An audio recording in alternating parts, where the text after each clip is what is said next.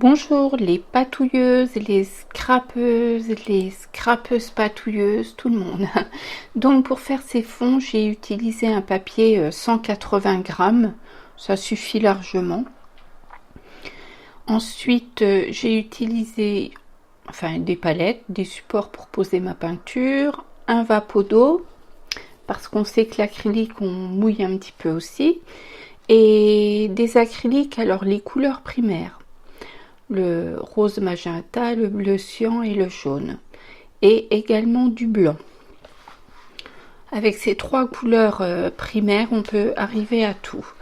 J'ai utilisé également des petites peintures fluo. Je mets toujours une petite pointe de fluo. Ensuite, j'ai utilisé des peintures à effet pailleté. Je crois qu'on les trouve chez les enfants, chez Leclerc par exemple. Celles-ci viennent de chez Leclerc. Et des pinceaux plats, normaux, tout simples, qui viennent de n'importe où.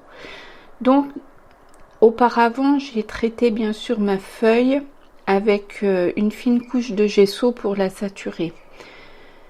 Et cette feuille 24 par 32, je l'ai coupée en deux parce que je vais faire deux fonds en même temps.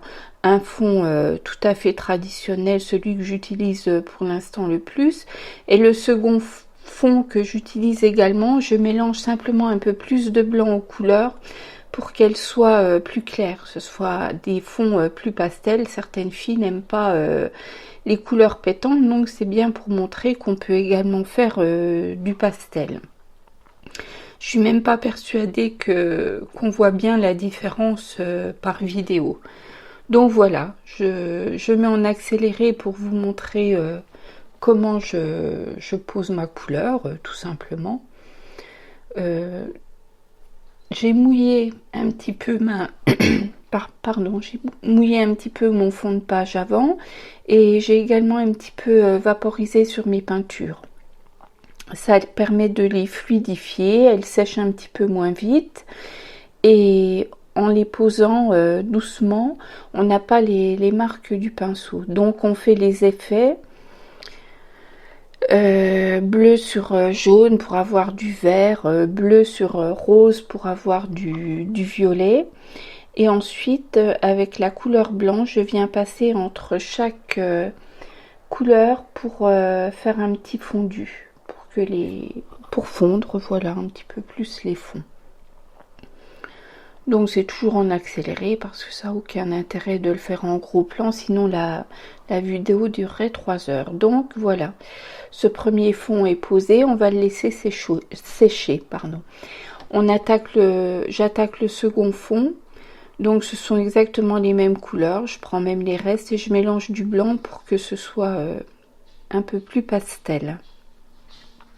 Et je les pose exactement de la même manière. On fera exactement les mêmes fondus et exactement les mêmes mélanges pour obtenir des effets différents. Donc si on fait des taches sur son support, enfin sur sa plaque de verre, ça n'a pas d'importance. Quand vous avez terminé, vous humidifiez un petit peu et puis l'acrylique s'en va toute seule. Ça fait une pellicule et ça s'en va. Donc il n'y a aucun souci de tâche. Il n'y a que sur les vêtements où il faut mettre tout de suite du savon. J'utilise un pain de savon. Et les pinceaux qu'il faut également mettre directement dans de l'eau parce que si l'acrylique sèche sur les poils, c'est sûr que le pinceau sera fichu. Mais autrement, l'acrylique pose aucun problème de salissure, de traces ou quoi que ce soit. Elle s'enlève parfaitement. Donc là, on voit qu'on obtient un fond bien plus pastel. J'ai repris mon premier fond et là je vais ajouter au doigt des petites touches de peinture fluo parce que j'aime bien. Ça permet de donner plus de peps, je trouve. Donc là j'essaie de laisser la fluo sur la couleur, le rose sur le rose, l'orange sur l'orange et vert sur vert, jaune sur jaune. Ensuite, j'applique la peinture pailletée. Alors c'est pareil, c'est un gel, ça ne change pas vraiment la couleur du fond, c'est assez transparent. Et je l'applique pas sur toute la surface. C'est simplement sur certaines zones. Donc je fais pareil sur le second fond. J'applique sur certaines zones.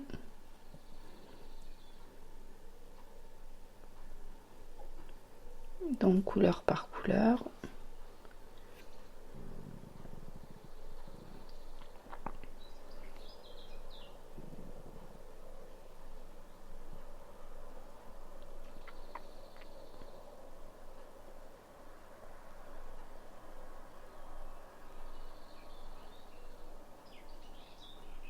Donc est-ce que là on voit bien, et ce sont vraiment des paillettes étincelantes. J'aime beaucoup ça.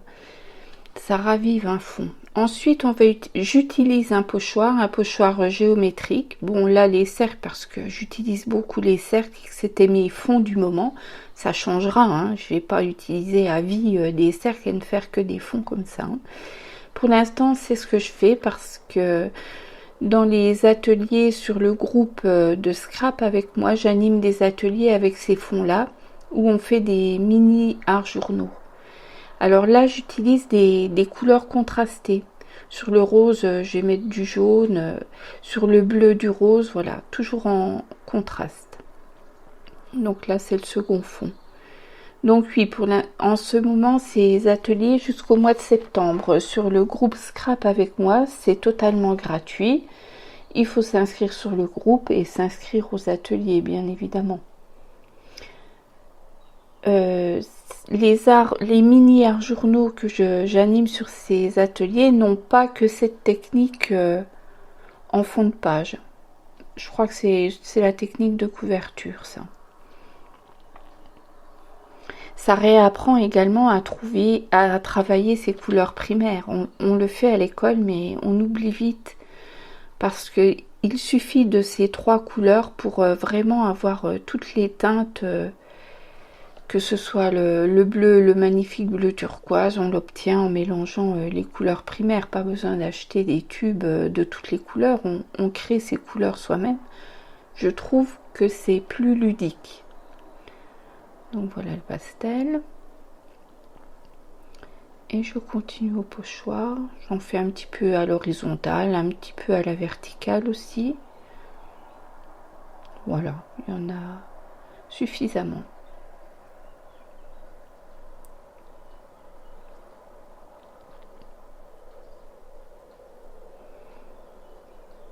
Là donc je vais utiliser les paint markers de chez Action qui sont donc à base d'acrylique et je viens retravailler chaque rond, chaque cercle.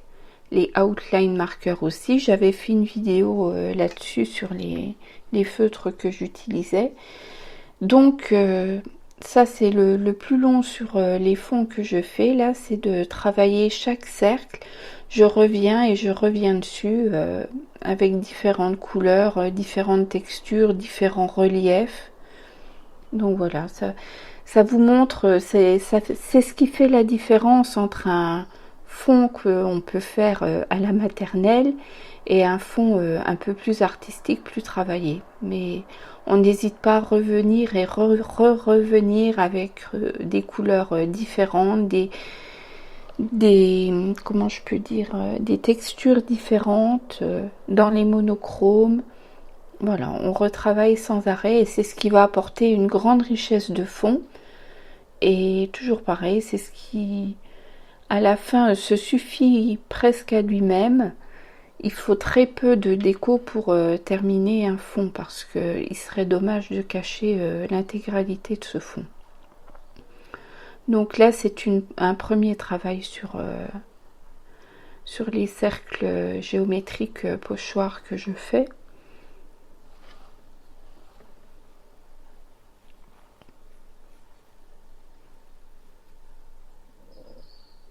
Voilà, j'ai pas tout en ralenti, c'est juste pour vous montrer quoi, quelques petits coups et hop.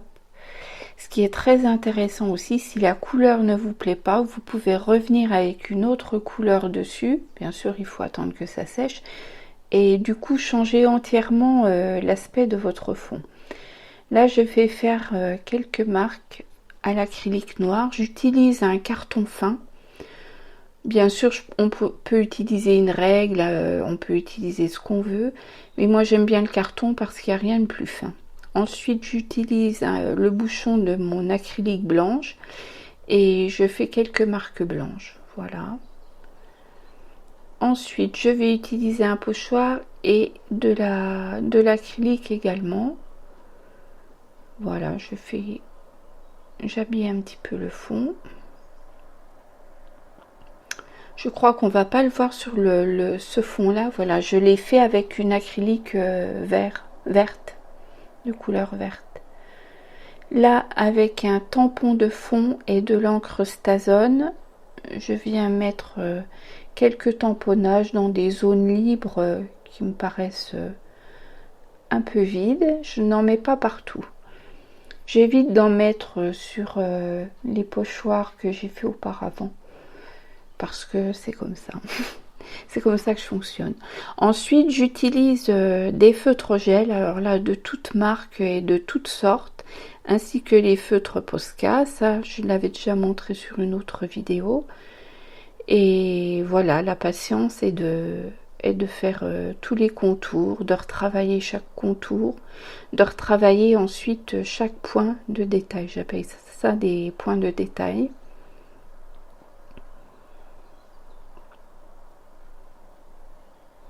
Bon, en accéléré, je trouve ça en plus sympa, regardez. C'est plus sympa qu'en vitesse réelle.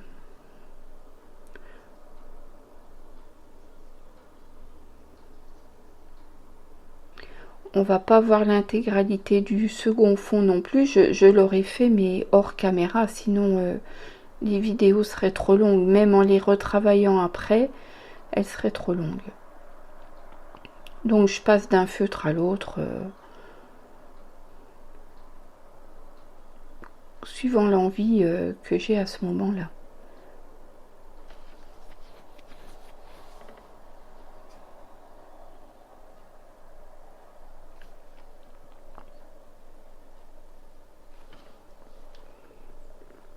Et vraiment, n'hésitez pas à changer la couleur si elle ne vous convient pas. Ça ne reste pas figé et on ne reste jamais sur quelque chose qu'on n'aimerait pas. Et plus on va les travailler et plus ça va s'enrichir et mieux ça nous plaira quoi au final.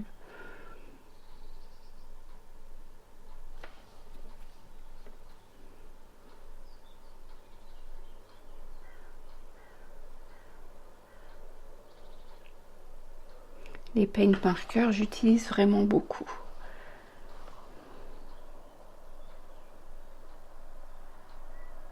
Et le Posca blanc, le noir peut-être un peu moins, mais le blanc j'utilise énormément. Ah, si seulement ça se faisait aussi vite dans la réalité.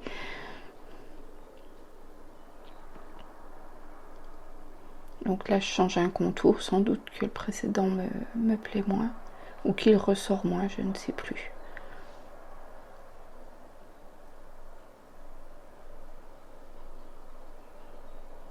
Et voilà, les deux fonds sont entièrement terminés. Et bien sûr, ça prend un petit peu de temps, mais à la fin, c'est très joli. Ensuite, il suffit de découper dedans. Voilà, d'un fond donc basique, on obtient quand même des fonds bien riches. Voilà. Et à force de faire ces ateliers sur le groupe Scrap avec moi, eh bien, je dois dire que j'ai quelques fonds d'avance. Donc, ça va être à fond dans les ATC, les ATG et je ne sais quoi. Donc là, le fond pastel. On voit bien qu'il y a une différence. Voilà. Un fond vif, un fond pastel. Bon, après, les couleurs, on utilise exactement ce qu'on veut. Hein. Si on veut accentuer l'orange, là j'avais envie d'accentuer l'orange. Bon là c'est un basique. Là j'avais travaillé du vert et du violet. Bon là c'est pareil, un peu plus sur le jaune pastel. Donc voilà, on peut couper des ATC dedans. Il reste plus qu'à mettre un petit final de décoration, des ATG. D'ailleurs, je vous mettrai le lien de la chaîne de Gis qui a créé les ATG en barre d'infos. Et voilà par exemple une ATG terminée, juste une petite déco, des petits mots et puis un contour évidemment. Et voilà, l'ATG est terminée. Ça, ce sont des couvertures de mini art journal que je donne en atelier en ce moment. Ça, c'est je crois, une page intérieure de ce mini journal, ça aussi. Et toujours une couverture. Voilà.